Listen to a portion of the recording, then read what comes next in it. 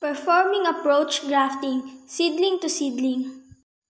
In performing this grafting technique, you will need to prepare the following: grafting knife, grafting tape or any available plastic tie, 2 rootstock or 2 grown seedling. Identify the active growth part of the rootstock. The color is usually a clash of brown and green and mostly located in the middle part of the whole stem. Cut the side of the active growth part deep enough to reach the pit.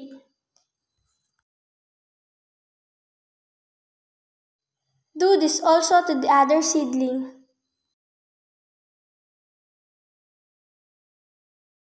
Bend the cut parts of the seedling towards each other to see if the size of the cuts are the same.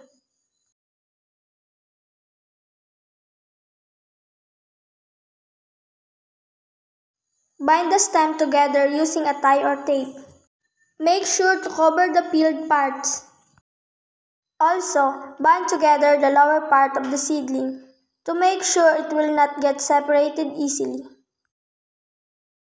Cut the upper stem of 2 rootstocks so that it will not absorb too much nutrients when growing. In several days or weeks, the 2 seedlings will grow.